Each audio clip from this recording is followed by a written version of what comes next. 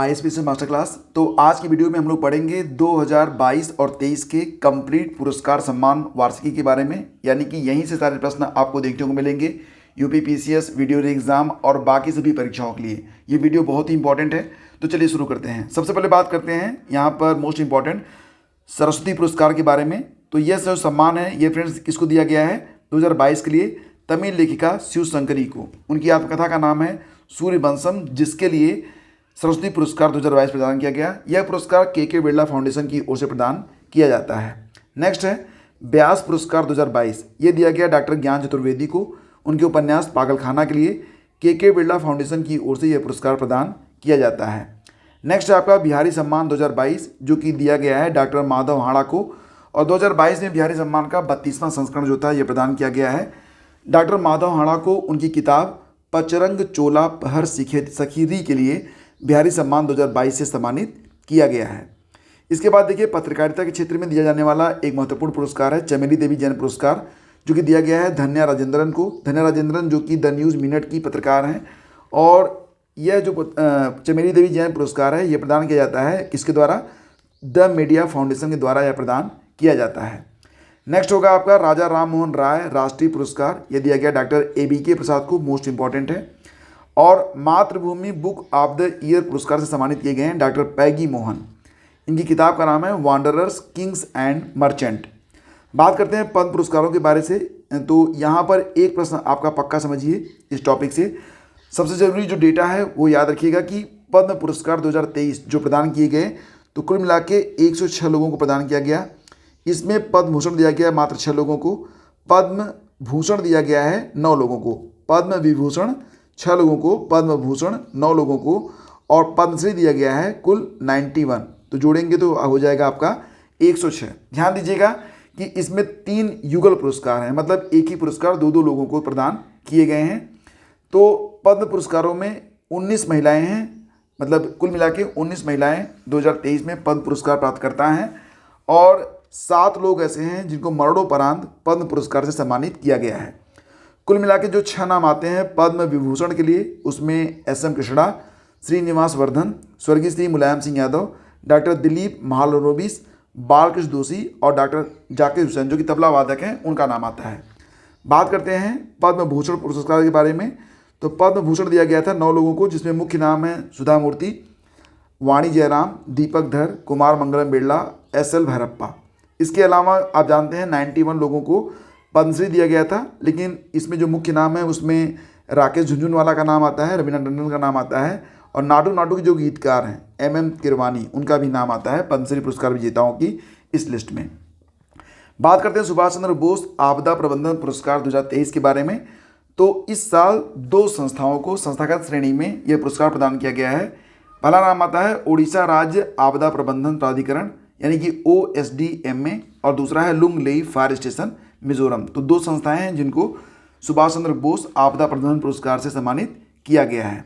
Next होगा आपका गणतंत्र दिवस परेड पुरस्कार 2023। 2023 में हमारा ये 74वां गणतंत्र दिवस था, जिसके लिए जो झांकियाँ निकाली गई, तो उसमें टॉप पर उत्तराखंड रहा, दूसरे स्थान पर महाराष्ट्र, तीसरे स्थान पर उत्तर प्रदेश। यह जो पुरस्कार है इसका वितरण किसने किया था? रक्षा राज्य मंत्री अजय भट्ट ने। जनजातीय मंत्रालय की जो झांकी रही, जिसकी थीम रही है एकलव्य मॉडल रेजिडेंशियल स्कूल, इसको जो है सर्वश्रेष्ठ झांकी का पुरस्कार प्रदान किया गया। बात करते हैं संगीत कला निधि पुरस्कार 2023 के बारे में। तो यह पुरस्कार दिया गया है कर्नाटक की गायिका बॉम्बे जयश्री को। साहित्य अकादमी पुरस्कार 2022 मोस्ट इंपॉर्टेंट होगा आपका। तो यहाँ पर बात करते हैं, यह दिया जाता है साहित्य अकादमी के द्वारा, और इसमें हिंदी, अंग्रेजी और उर्दू 3 भाषाओं में सबसे इंपॉर्टेंट यही होता है, इसी से प्रश्न बनते हैं। तो हिंदी के लिए दिया गया प्रयागराज के जो लेखक और कवि हैं बद्री नारायण, उनकी किताब का नाम है तुमड़ी के शब्द, यह एक कविता संग्रह है, के लिए साहित्य अकादमी पुरस्कार 2022 प्रदान किया गया। हिंदी में किसको? बद्री नारायण को।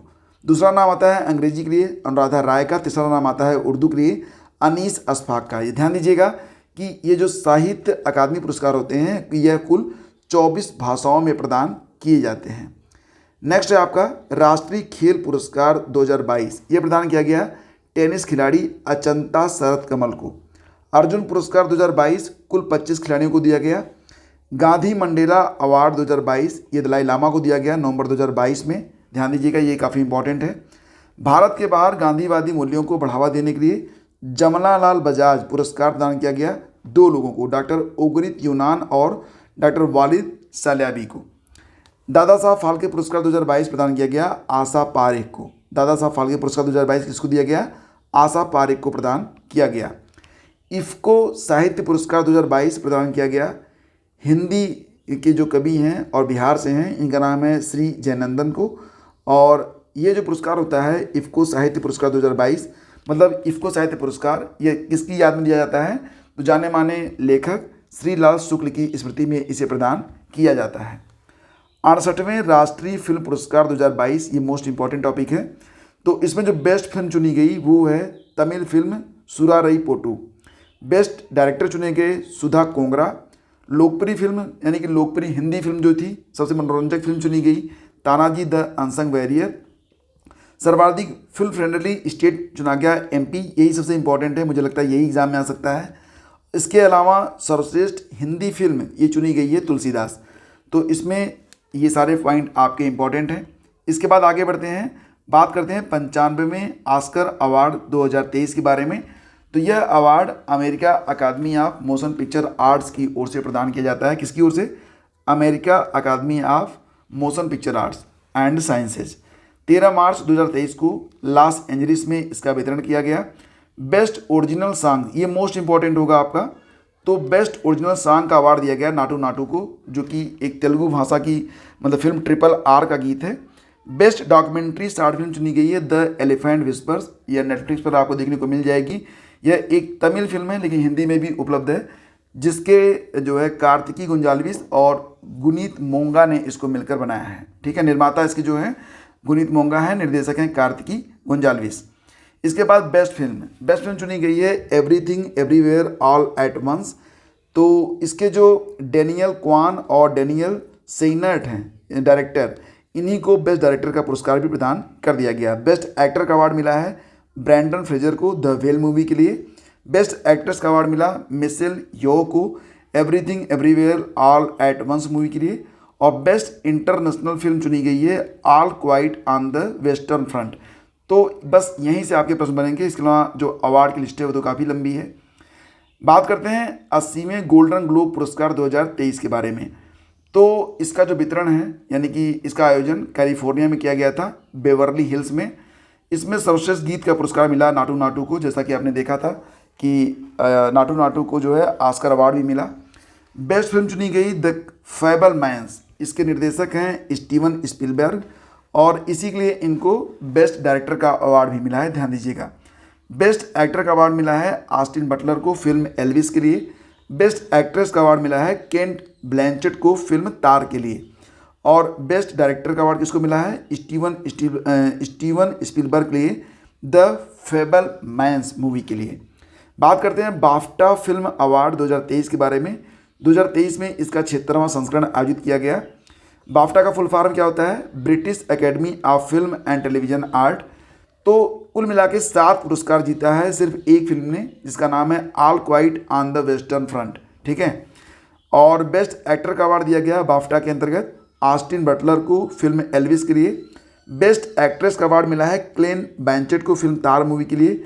बेस्ट फिल्म चुनी गई है ऑल क्वाइट, मतलब यही फिल्म है all quiet on the western front को। और बेस्ट डायरेक्टर भी चुने गए हैं स्टीवन स्पीलबर्ग।